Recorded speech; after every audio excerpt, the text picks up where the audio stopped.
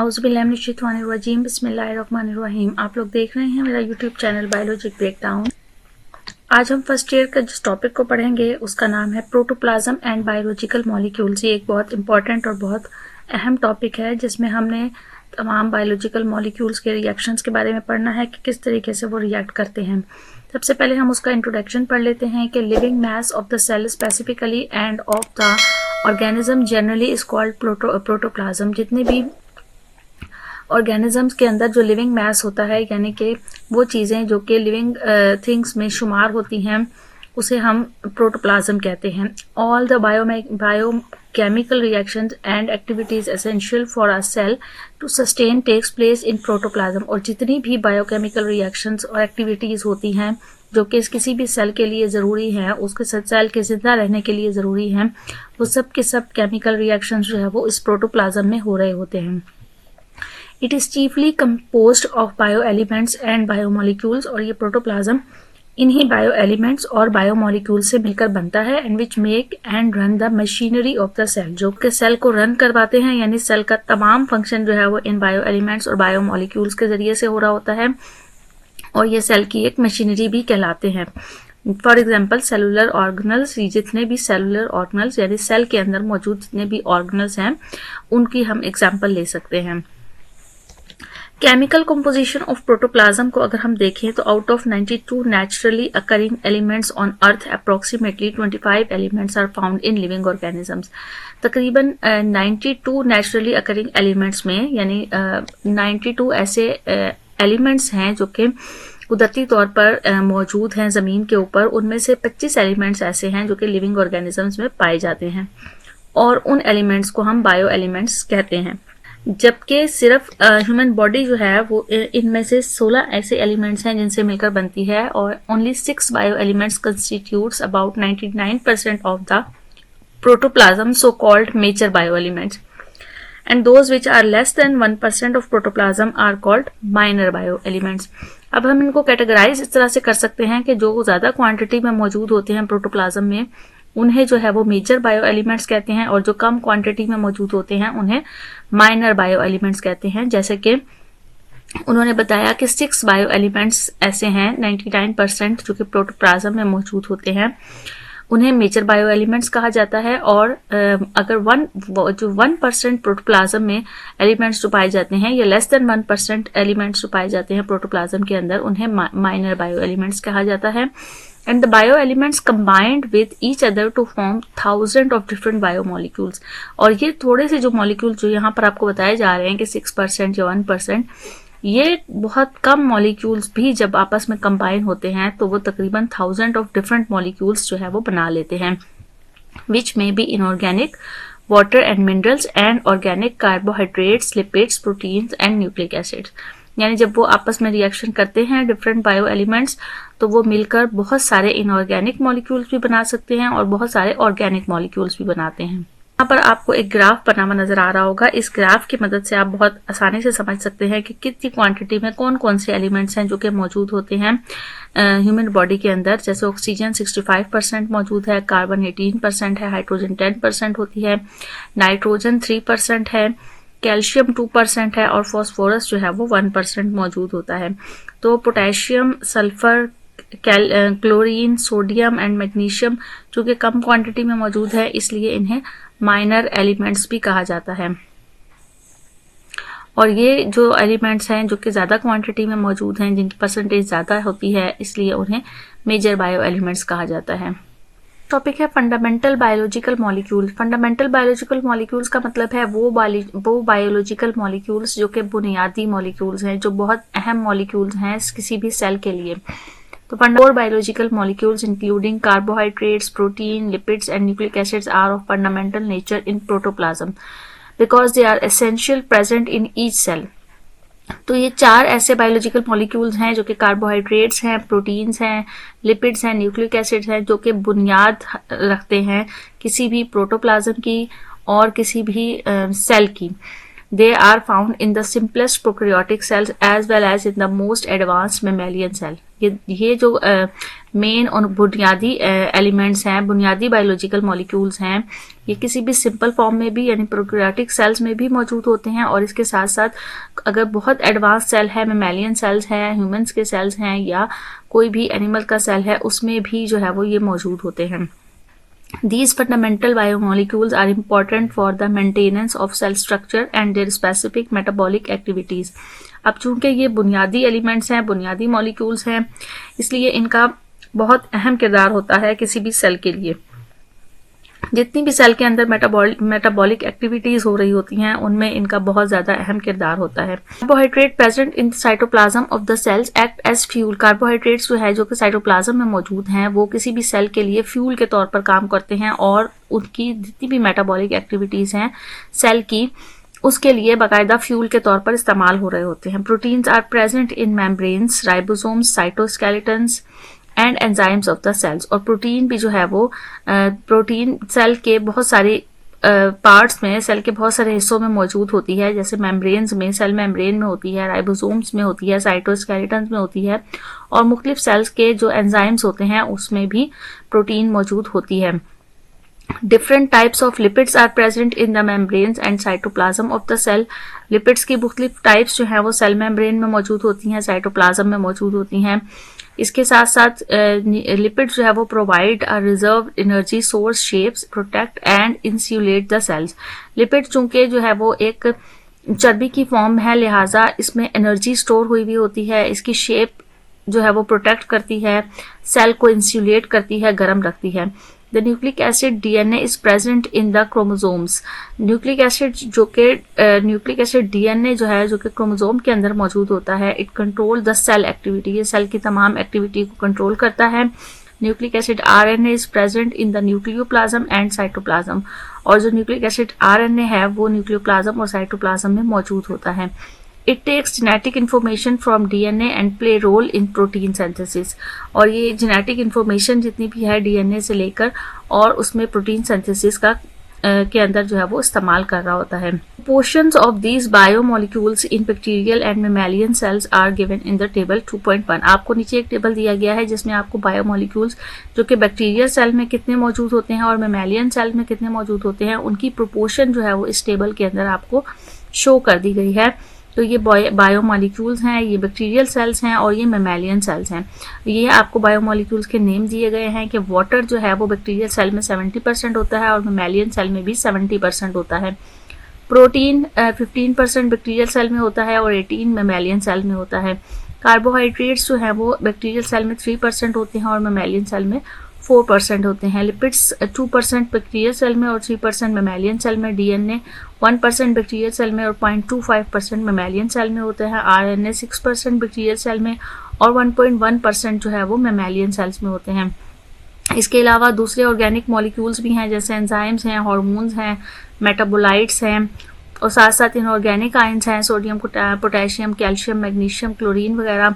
ये 1% और 2% जो है वो इनमें मौजूद होते हैं। तो ये आपको एक प्रोपोर्शन बता दी गई है कि अगर कोई बहुत सिंपलेस्ट सेल है उसमें कितनी क्वांटिटी में ये बायोमोलिक्यूल्स मौजूद होते हैं, और अगर कोई बहुत एडवांस सेल है, कॉम्प्लेक्स सेल है, तो उसमें कितनी क्वांटिटी में जो है वो ये बायोमोलिक्यूल्स मौजूद होते हैं।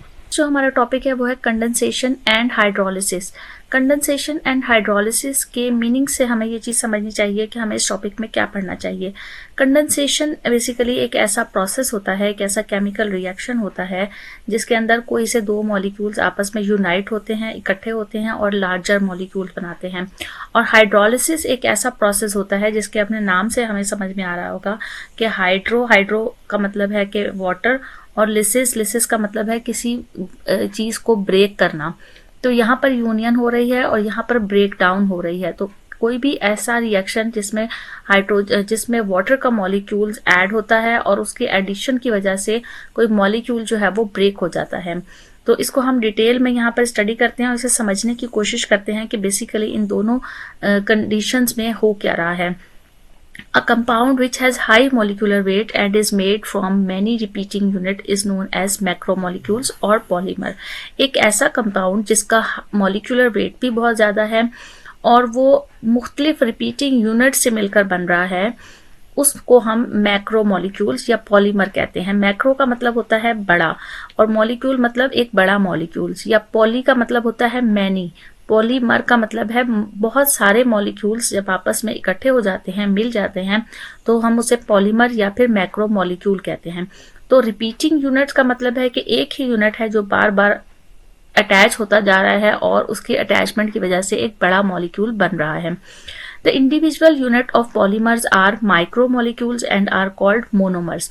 और जो एक सिंगल यूनिट है जिसकी बात की जा रही है कि वो रिपीट हो रहा है, वो एक इंडिविजुअल सिंगल यूनिट जो है किसी भी पॉलीमर का, उसे माइक्रोमोलिक्यूल कहा जाता है या फिर उसे मोनोमर्स कहा जाता है। मोनो का मतलब होता है सिंगल, एक, वन ओनली। अब इन मॉलिक्यूल्स की इंटरकन्वर्जेशन, तब्दील होना, एक शक्ल से दूसरी शक्ल में तब्दील हो जाना, उस प्रोसेस को कंडेंसेशन और हाइड्रोलिसिस का प्रोसेस जो है वो कहा जाता है। During condensation, when two monomers, for example alpha glucose, join a hydroxyl group is removed from one monomer। अब आपको इन कंडेंसेशन के दौरान में जब दो मोनोमर्स के मॉलिक्यूल्स, जिसमें हम अल्फा ग्लूकोज की एग्जांपल लेते हैं, अल्फा ग्लूकोज ज्वाइन हो जाते हैं आपस में, और इनकी ज्वाइनिंग के नतीजे में हाइड्रोक्सिल ग्रुप जो है वो रिमूव होता है एक मोनोमर से, और हाइड्रोजन ग्रुप जो है वो रिमूव होता है दूसरे मोनोमर से, सेकेंड अल्फा ग्लूकोज से, और इस तरह से H2O जो है वो रिलीज हो जाता है, and a result a bond is formed. और इसके नतीजे में एक बॉन्ड फॉर्म हो जाता है बिटवीन अ मोनोमर्स, दो मोनोमर्स के दरमियान में, and the product maltose of such reaction is called a dimer. और जो प्रोडक्ट हमें मिलता है उस प्रोडक्ट को माल्टोज कहा जाता है, और इस रिएक्शन को डायमर कहा जाता है। अब आप इस इक्वेशन को देखें अगर, तो ये एक ग्लूकोज का मॉलिक्यूल है, इसके नंबर 1 कार्बन पर मौजूद हाइड्रोक्सिल ग्रुप OH ग्रुप, और दूसरा ग्लूकोज का अल्फा ग्लूकोज का मॉलिक्यूल, उसके नंबर 4 पोजीशन के ऊपर, 4 कार्बन की पोजीशन पर जो हाइड्रोक्सिल ग्रुप है उसमें से हाइड्रोजन का मॉलिक्यूल और फर्स्ट वाले में से OH हाइड्रोक्सिल ग्रुप का मॉलिक्यूल निकल जाते हैं। इनके निकलने के नतीजे में, रिलीज होने के नतीजे में, ये H और ये H दोनों मिलकर H2O बना लेते हैं, और इनके दरमियान में, दोनों फर्स्ट और फोर्थ वाले के दरमियान में एक बॉन्डिंग बन जाती है इस ऑक्सीजन की मदद से, और इस पूरे मॉलिक्यूल को या इस पूरे रिएक्शन को हम डायमर कहते हैं, और इस मॉलिक्यूल को माल्टोज कहते हैं। तो हमने क्या देखा इस रिएक्शन में कि ये एक मोनोमर और ये दूसरा मोनोमर, इन दोनों के दरमियान में रिएक्शन हुआ, और रिएक्शन के नतीजे में, और रिएक्शन कैसे हुआ, इसका हाइड्रोक्सिल ग्रुप और इसका हाइड्रोजन ग्रुप जब रिमूव हो गया, तो उसके रिमूवल के नतीजे में इस हाइड्रोजन बॉन्डिंग और के ऑक्सीजन ने दूसरे वाले मोनोमर के हाइड्रोजन बॉन्डिंग के साथ जो है वो बॉन्डिंग कर ली, और इसकी बॉन्डिंग जो है वो क्या कहलाई, अल्फा 1,4 ग्लाइकोसिडिक लिंकेज। इस लिंकेज का नाम जो है वो है अल्फा 1,4 ग्लाइकोसिडिक लिंकेज, और इस मॉलिक्यूल का नाम है माल्टोज। पहले जब ये आपस में रिएक्शन नहीं हुआ था, सिंगल थे, तो ये अल्फा ग्लूकोज था, और ये अल्फा ग्लूकोज, दो अल्फा ग्लूकोज आपस में मिलकर क्या बना रहे हैं, माल्टोज बना रहे हैं, और उसके नतीजे में साइड प्रोडक्ट के तौर पर हमें क्या हासिल हो रहा है, water. If the same reaction is repeated several time, अगर यही रिएक्शन जो हमने पीछे पढ़ा ये बार बार रिपीट होता जाए, तो रिजल्ट के नतीजे में हमें जो मॉलिक्यूल हासिल होगा वो मॉलिक्यूल पॉलीमर होगा। यानी पहले सिंगल मॉलिक्यूल थे, वो आपस में जब ज्वाइन हुए तो वो दो मॉलिक्यूल्स ज्वाइन हो गए, दोबारा वो रिएक्शन हुआ तो दो मॉलिक्यूल्स और ज्वाइन हो गए, और इस तरह से करके बड़ी एक मॉलिक्यूल्स की चेन बन जाती है जिसे हम पॉलीमर कहते हैं। For example, many alpha glucose molecule condense to form amylose and many water molecules are released. मिसाल के तौर पर वो यहाँ आपको बता रहे हैं कि बहुत सारे अल्फा ग्लूकोज मॉलिक्यूल जब आपस में कंडेंस होते हैं और उसमें से वाटर मॉलिक्यूल निकल जाते हैं, तो वो अमाइलोज बना लेते हैं, और उसके नतीजे में बहुत सारे वाटर मॉलिक्यूल जो है वो रिलीज होते हैं।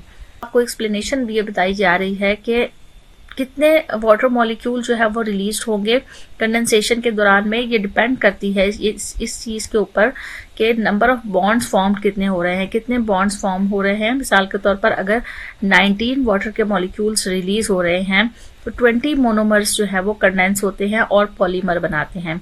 तो condensation is also called dehydration synthesis. इसका एक दूसरा नाम डिहाइड्रेशन सिंथेसिस भी है।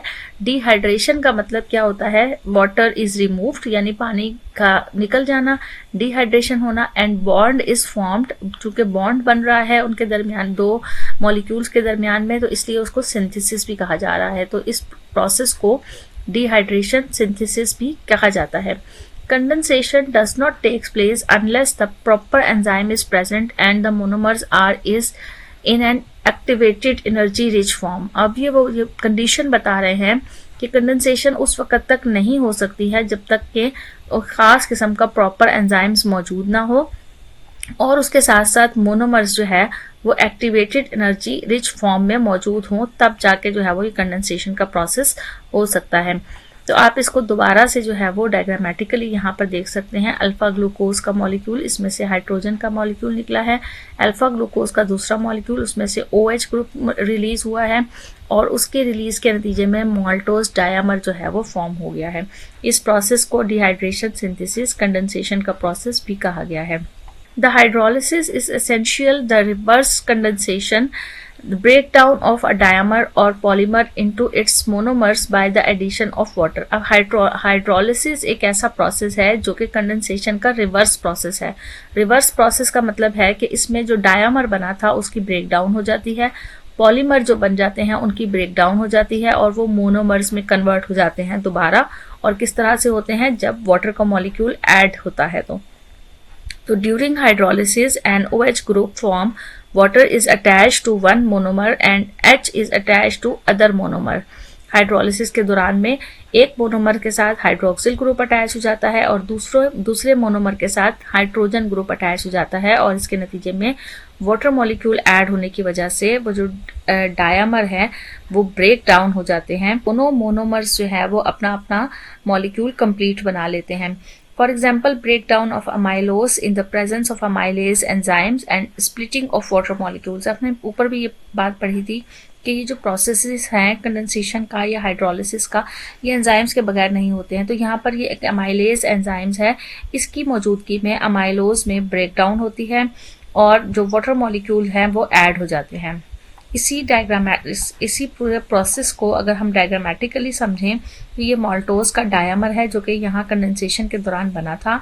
इस मॉलिक्यूल के अंदर अगर वाटर मॉलिक्यूल ऐड हो जाते हैं तो वाटर मॉलिक्यूल के एडिशन की वजह से जो ऑक्सीजन था उसके साथ आके हाइड्रोजन ऐड हो जाएगा और ये अपना एक अल्फा ग्लूकोज कंप्लीट कर लेगा, अल्फा मोनोमर मुकम्मल हो जाएगा और जो दूसरा अल्फा ग्लूकोज है उसके साथ OH ग्रुप ऐड हो जाएगा और वो भी अपना एक ग्लूकोज मोनोमर्स कंप्लीट कर लेगा। तो इस तरह से माल्टोज डायमर के दरमियान में जो बॉन्ड था वो ब्रेक हो गया और उस बॉन्ड के ब्रेक होने की वजह से वाटर मॉलिक्यूल जो है वो ऐड हो गया। इस प्रोसेस को हम हाइड्रोलिसिस का प्रोसेस कहते हैं। Actually all digestion reactions are example of hydrolysis. जितने भी डाइजेशन के रिएक्शंस हैं, क्योंकि उसमें बड़े लार्ज मॉलिक्यूल्स जो है वो फूड के होते हैं और उस फूड के मॉलिक्यूल्स ने ब्रेक डाउन करनी होती है ताकि वो ब्लड के अंदर जो है वो शामिल हो सके। तो ये जो डाइजेशन का प्रोसेस है जिसमें लार्ज मॉलिक्यूल स्मॉलर मॉलिक्यूल्स में कन्वर्ट होते हैं, वो इसी हाइड्रोलिसिस के प्रोसेस के ज़रिए से होते हैं। एंजाइम्स की मौजूदगी में जो है वो ये रिएक्शंस हो रहे होते हैं, जैसे कि कार्बोहाइड्रेसेस हैं, प्रोटीएजेस हैं, लाइपेजेस हैं और न्यूक्लियसेस हैं। तो अगर कार्बोहाइड्रेट्स की ब्रेकडाउन होनी है तो कार्बोहाइड्रेसेस एंजाइम्स जो है वो इस्तेमाल होंगे। प्रोटीन की ब्रेकडाउन होनी है तो प्रोटीएजेस, लिपिड्स की होनी है तो लाइपेजेस और न्यूक्लिक एसिड की ब्रेकडाउन होनी है तो न्यूक्लियसेस। तो मुख्तलिफ एंजाइम्स जो है वो इस्तेमाल होते हैं इस डाइजेशन के प्रोसेस के दौरान। तो हमने आज हमने टॉपिक पढ़े उसमें हमने प्रोटोप्लाज्म के बारे में पढ़ा। उसमें हमने पढ़ा कि कंडेंसेशन रिएक्शन कैसे होता है, हाइड्रोलिसिस का प्रोसेस कैसे होता है और उनको हमने डायग्रामेटिकली और इक्वेशंस के ज़रिए से समझने की कोशिश की है। उम्मीद है आपको ये टॉपिक बहुत अच्छे से समझ आ गए होंगे। नेक्स्ट टॉपिक के लिए साथ रहिएगा इसी यूट्यूब चैनल बायोलॉजी ब्रेकडाउन पर। अपना बहुत ख्याल रखिएगा। अल्लाह हाफिज़।